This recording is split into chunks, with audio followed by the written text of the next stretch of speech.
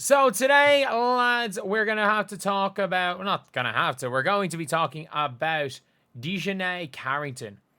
And we're going to be talking about Dijonai Carrington, her response to, well, being benched.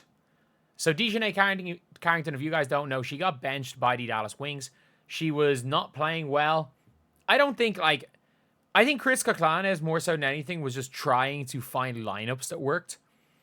I don't think Chris Kaklanes is there being like, look, we're benching Dijonai. I think it was literally just they benched Dijonai for, I think it was Isaiah James, and the team got better, so she stayed on the bench. He's somebody, he doesn't have like a set starting five. Like the Indiana Fever, every game Caitlin's been healthy, she started. Kelsey Mitchell started every game. Every game Aaliyah Boston's been healthy, she started. Natasha Howard started every game. Or Natasha Howard and Aaliyah Boston started every game. So most teams have like their starting five, and then depending on injuries, maybe somebody changes, or maybe somebody completely works their way into the starting five. Like if you're Minnesota last year, Bridget Carleton worked her way into the starting five. She was just so good.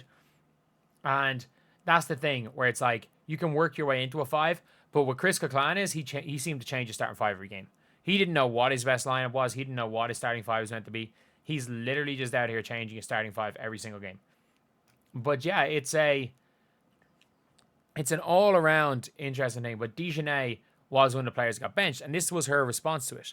Dijonai Carrington responds to coming out the bench to the Wings. It's definitely an adjustment. It was hard for me, just being that the whole point of me coming to Dallas was to expand my role. So I feel like not that coming off the bench means I'm diminished, but sort of in a sense a little bit. But I've come off the bench before in my career, and whenever I'm out there, y'all know what you're going to get from me. I just try to keep that mindset.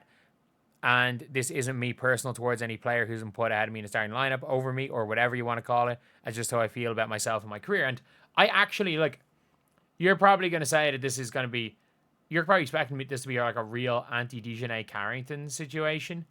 I actually don't. Like, I think there's it's a real tough one to talk about to think about, because simultaneously, has Dijonai Carrington been playing well this year? No. Has Isaiah James earned the starting spot over Dijonai Carrington? Yes, she has. But was Dijonai Carrington, did they make promises to Dijonai Carrington when she came? Almost certainly yes. Every team makes promises. And that's one of the problems is like a lot of teams make promises to players. A lot of teams make promises to like that they can't keep up with. And that's the thing with like with DeWanna Bonner. There's a very good chance the Fever made promises to her. We know the Fever made huge promises to Natasha Howard. We know that.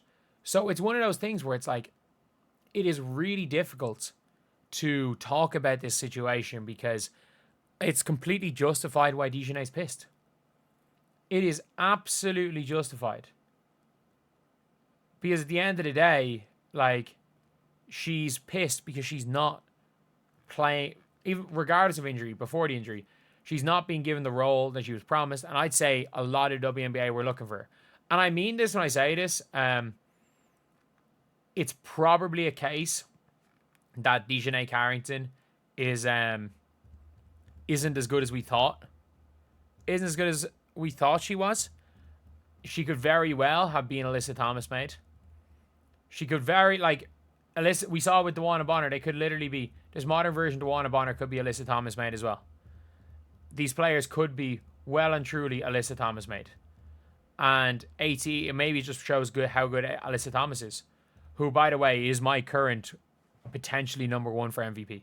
Considering, obviously, Fee's stats wise, she's going to get it, but what was expected of the Phoenix Mercury, if they win tonight, is it 2 games off? They go 2 games off, but only 1 loss off the Minnesota Lynx. If the Mercury can beat the Minnesota Lynx today, it's only a 4-point game at halftime. And like, it's not like the Lynx weren't up double digits. But if the Mercury beat the Lynx without Monica Cole-McCanny, Lexi Held, Kat Copper, and Satu, then we start to have conversations. And Fee also only has 2 points going into halftime. But yeah, it's it's one of those things where I actually kind of do feel for her. I think she's not being allowed play the role, but she wanted to play, but at the same time, she's not been good enough, really. Like, I think both of those things can be true at the same time. Like, Dijonai has absolutely not been good enough, but also, not only, like, while not being good enough, she also has not had the opportunity to kind of do what she was meant to be, do what she was meant to be doing, or do what she was promised when she came in. So, I'd be pissed. I'd be pissed if I was her. I would absolutely be pissed if I was her. And I think it's completely justifiable to be pissed. Justified to be pissed. I think you're allowed to be pissed, really pissed off at a situation. I think that's absolutely fine. And a lot of people are like, oh, it's not a shot at players playing above her. Like, it's not. It's literally just a team made a promise and they broke the promise. And look, as long as she's been injured, as long as she doesn't DeWanna Bonner herself out of the situation, as long as she doesn't, when she's healthy, she doesn't DeWanna Bonner herself by saying, you know, I need to step away for personal reasons and then not show up and force the buyout of a max contract. Like, I don't have an issue with this at all. I legitimately have no issue with this because, yeah, it is what it is. These are pro athletes. These are absolutely just pro athletes. And it's like, it is what it is. Like, you know for a fact, like, I'd say Caitlin Clark is pissed with her role change when she was told to play off the ball. She's noticeably been pissed. And obviously it hasn't been to the extreme that she's been benched. But, like, she well and truly could have been. Like, well, not could have been. Jeez. If her name wasn't Caitlin Clark, she could have been with the way she came back from the injury on Ari McDonald. And if she wasn't as big a draw as she is and that ended up happening, she would have been pissed too. And I think there are times that are completely justifiable to be extremely pissed. So yeah, this is a video defending Dijonai Carrington. I can't believe it, lads. I can't believe it. There is a video on this channel defending Dijonai Carrington. Because I'm going to call out Dijonai Carrington in the lots of times where she is wrong. In the lots of times where she's wrong. The one time where I think she's getting unjustified hate, I'm going to talk about it too. Because at the end of the day, like, I'm not a fan of Dijonai Carrington, but not everything everyone does, even if you're not a fan of them. Not everything does is bad, if you get me. Anyway, yeah, that is the video. I'll see you guys.